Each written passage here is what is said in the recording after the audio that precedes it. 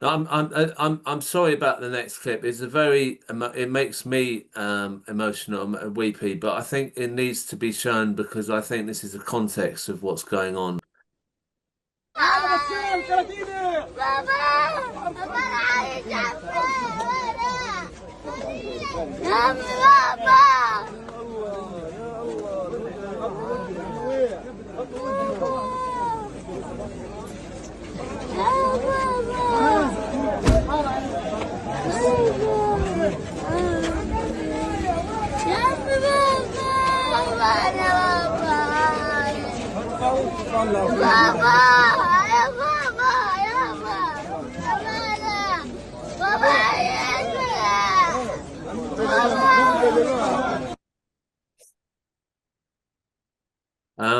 Yeah, I can't really watch that without welling up because the loss of your father to a missile and having no one to look after you in such a horrific country, being attacked constantly.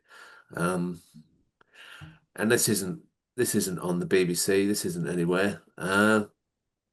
Jackie, I'm sorry that I've been avoiding them. I've been avoiding these, and I haven't looked even then because I can't. And I don't even know how people can look at it. But can I just say, I don't think we have to talk about that. We know what that is. We know what that is. And we know who's doing it because it's not just the Israelis, it's the ruling class, it's the establishment, it's the mainstream media, it's America. This could be turned off tomorrow. It could be turned off tomorrow. And the problem is, it's too easy for them to do it. And I'm thinking of what you do when you have our lawmakers who are so deeply corrupt, when you have our media so deeply corrupt, when you have our commentators so deeply corrupt. And I was thinking historically about the way that we deal with a legislature which is so deeply corrupt. And let's think about it, and I'm only going into what they call, modern history. I'm not going back too far on this. But there was a time, if you remember, when if you joined a trade union, you could be transported on what was essentially a slave ship and lose your life and lose your livelihood and lose your family. There was a time when beating women was totally legal.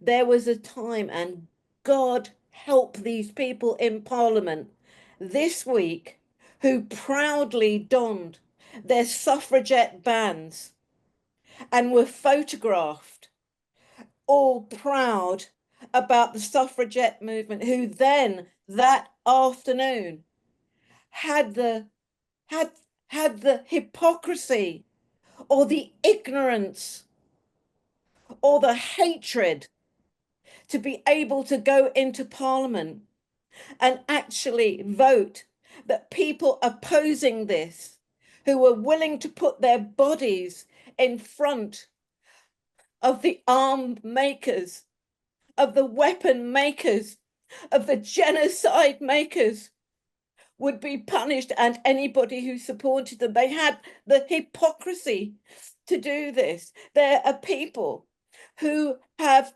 looked and seen the enslavement and people, and who have had to resist the law at a time when it was legal for the bodies of my ancestors to be raped and pillaged and murdered and tortured. There was apartheid, there was civil rights, there were the people who were gay. We had gay pride yesterday. And do you remember there was a time when it was legal to lock people up for being gay? There was a time when the only recourse for women who were pregnant, which was to go to back street abortions, where the women and the people who did it would be imprisoned. These were unethical laws. They were not proper laws. They were the laws of the establishment. And there was a time when, if you look to Germany, for example, where the Nazi Holocaust was legal, where executing young people who were resisting it with the white rose was legal. There is a difference between resisting laws that are unethical and being a criminal.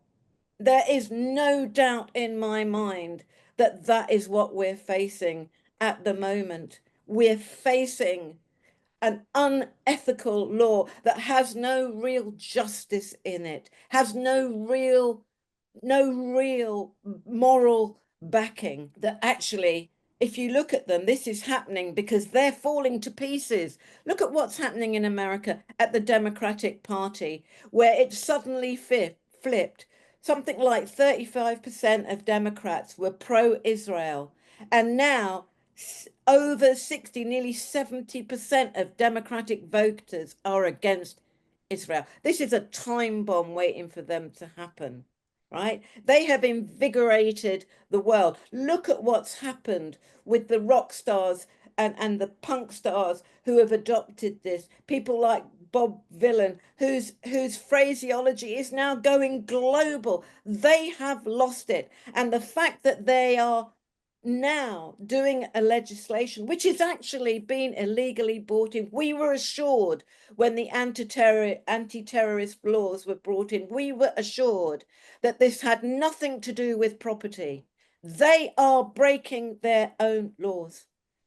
They are breaking their own laws. And there's only one way that we can respond to this, and that's to fight more, because we have them morally on their knees.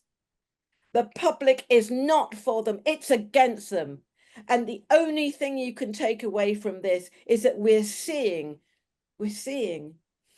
their masks ripped off, the media, the establishment, the arms traders, the millionaires, our MPs, 26 was it voted against this time, 26, 27, so they can stop the welfare bill.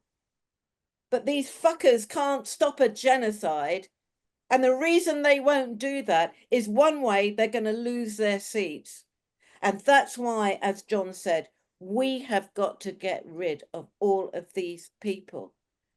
But this is not law. This is a lawless society.